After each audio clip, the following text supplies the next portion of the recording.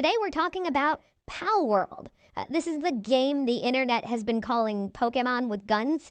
It's also the game the internet has kind of crowned king over the course of last weekend. As this game launched in early access, it broke records. It flew to the top of Steam charts. So I've been playing this for a few days now, both solo and a bit of it cooperatively on PC, where this footage has been captured, and it's also available on Xbox through Game Pass. So now, I know the running tagline joke is, like I said, Pokemon with guns, but it's really Pokemon, but a survival game like Ark. Pokemon with some elements that some Poke fans have been wanting for a long time. Pokemon with a dash of Breath of the Wild and a few more popular games. Look, people don't like these comparisons. They get very defensive. I've seen the arguments online, but it's often pretty blatant here. Now, what matters is that it clearly derives a lot from things that a lot of other games do well, sometimes shamelessly. For some, a little too close to comfort. Some character models are alarmingly close to Pokemon they've been spoofing. So there's some potentially questionable stuff here worth acknowledging. Regardless, the game is doing something for some people. Clearly, it's scratching an itch. It's filling a void. Me personally, I don't love a lot of survival games. I'm pretty picky.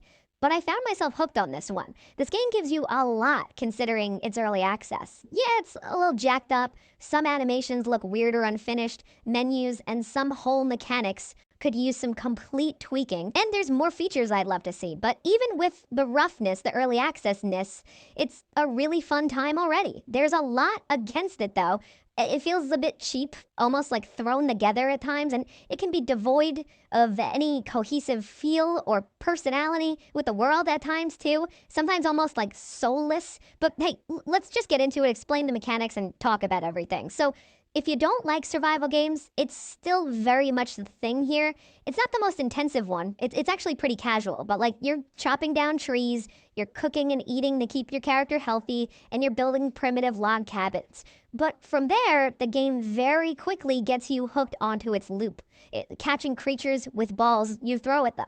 You can run up and whack them, weaken them, and then toss a ball at them to hopefully catch and contain them. From there, you can have the little creatures populate the home base you build, get to work, and also accompany you out in the field. You can throw out a ball and have a little rip-off Pikachu come out and follow you around wherever you want, whenever you want. You can ride some of these things. You can use them as mounts. You can fly on them. You can have them fight with you and adventure with you.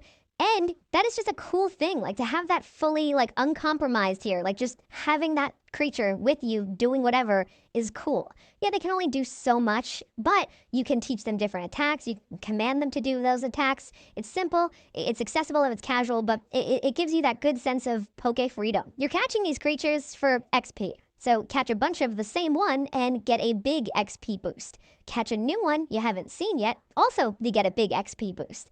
As you level up, you can dump points into basic stats like health, stamina, attack. Along with that, though, you level up and you earn points that you can spend in a technology skill tree. A skill tree that looks almost exactly like Ark Survival Evolves.